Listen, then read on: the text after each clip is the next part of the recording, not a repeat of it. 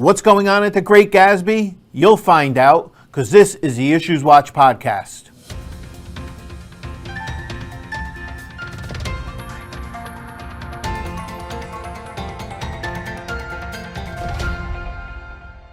Hello, and welcome to the IssuesWatch podcast. I'm Brad Muniz, your host for the bi-weekly accounting and auditing episodes. I'm the partner in charge of accounting and auditing with Sobel & Company. These A&A episodes now qualify for nano CPE credits. If you're interested in earning CPE credit for this or other episodes, hit the pause button now and head over to njcpa.org/nano to find out how. As a quick disclaimer, the views and statements expressed herein are my own and not necessarily those of NJCPA or Sobel & Company. Okay, so what's going on at the GASB? We usually don't have much to report on from the GASB, but I found something. And in honor of Bob Marone and Jack Daly, I just want to say that the GASB is considering reviewing going concern as it relates to governmental entities. So they're just considering at this point, but if you do governmental type of work, I strongly recommend you look it up. It was great to have some information, and that's for you, Bob and Jack. Okay. At PCAOB, the PCAOB issued staff guidance. You can get it online. It's a really good document about the Form AP, auditor reporting and certain participants and related voluntary audit report disclosures under AS 3101. So the AP forms have to be filed by auditors to report certain information. They're extremely critical. I know that in one of our reportings I found out that they had never asked something about but was on the original form that was reported to the PCAOB before I even joined the firm. So I recommend that you look into these forms, what the requirements are, and make sure you're keeping up with them. You don't want to be caught on something like that. Okay. I saw a good article in Journal of Accounts. Usually just like report on articles, but I thought it was really interesting. They talked about this, the pandemic changed environment and the effect on the audit, and possibly what the PCAO might be focusing on too. And they hit on 5 areas, and I thought they were good to bring to your attention. They're a little bit different, and you add it or take it into consideration as part of your other audit procedures and other audit considerations. But this is something that they might be focusing on. IPOs, okay, it's expected, and what's happened during the pandemic, changed environment they're talking about. Merger and acquisition activity. This was a good one I like. The widespread disruption of the supply chain. Now that's not just for PCAOB. Take that name out that I put in there and think about it for all your audits and all your financial reporting, not just those in public, even for financial reporting. How does the effect of the supply chain affect your financial reporting? Generally disclosure related. You may have to have some sort of disclosure if it has a significant impact on your organization that you might want to bring to the attention of the reader. The negative effect of COVID. We've had that for the past few years. We continue to put it in a contingency footnote, or our clients do when we audit or review or compile those financial statements. But we try and get that contingency footnote in there. Not just get it in there and walk away. We do have to take into consideration the negative effects of COVID, operationally, financially, as it affects a company. And of course, the continued focus on SPAX.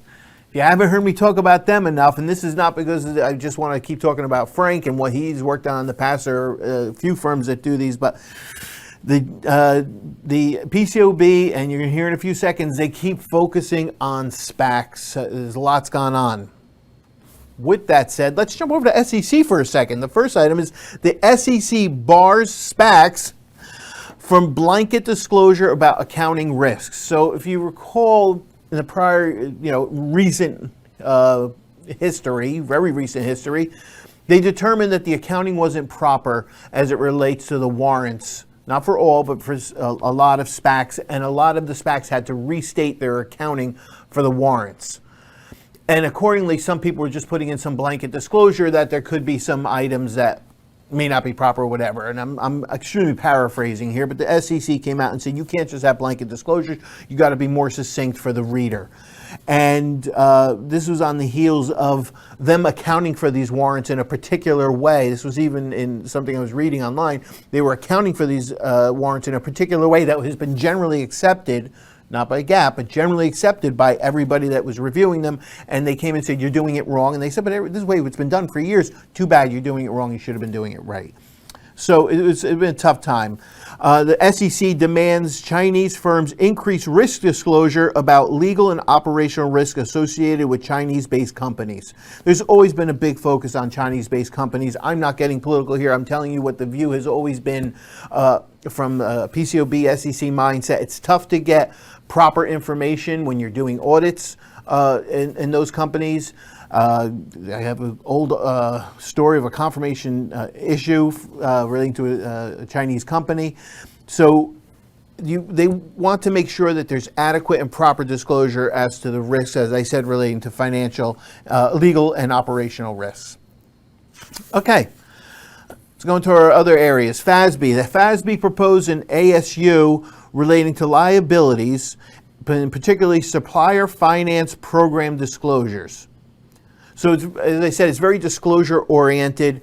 So if a supplier is financing a program with the buyers and you're that particular buyer and you're part of these programs, you have disclosures that you should be considering. Now again, this is a proposed ASU. It's not out yet, but it's not something you want to just forget about because these things do pop up later on. Describe the programs, where they are, the amounts that you finance through the suppliers, and also where they would be on the balance sheet. That's some type of disclosures that they're looking at. And last area that I wanted to jump onto was the AICPA. The CPEA, the Center for Plain English Accounting, is a separate organization within the AICPA that is it's required to have a separate membership. And what the organization does, I'm not here to hawk for the AICPA, but this is something, a good tool that I think some people will be interested in. It's an organization that helps provide guidance in accounting and auditing matters in a plain English format, not to just be redundant in using the name, but that's where the name Center for Plain English comes from. And you get information from them that breaks the guidance down and generalizes it a little bit more and gives you some direction. So if you are not a member of it, I strongly recommend you look into it. If for nothing else, this is what I was looking at just the other day. They sent out a list of pronouncements that are effective for calendar years 2020, 2021. That is great, because you don't know how many times when I'm doing a peer review, I go in and I say to somebody, you did not do this. Well, when was that effective? That was the first year it was effective. Well, how was I supposed to know? Well, you're supposed to know this. And I'm not picking on people or saying things can just slip through the cracks sometimes where you just miss something. And this one it was a 22-page document, only because they're actually describing things too, list them all out for you. So check out the organization. I find it very effective.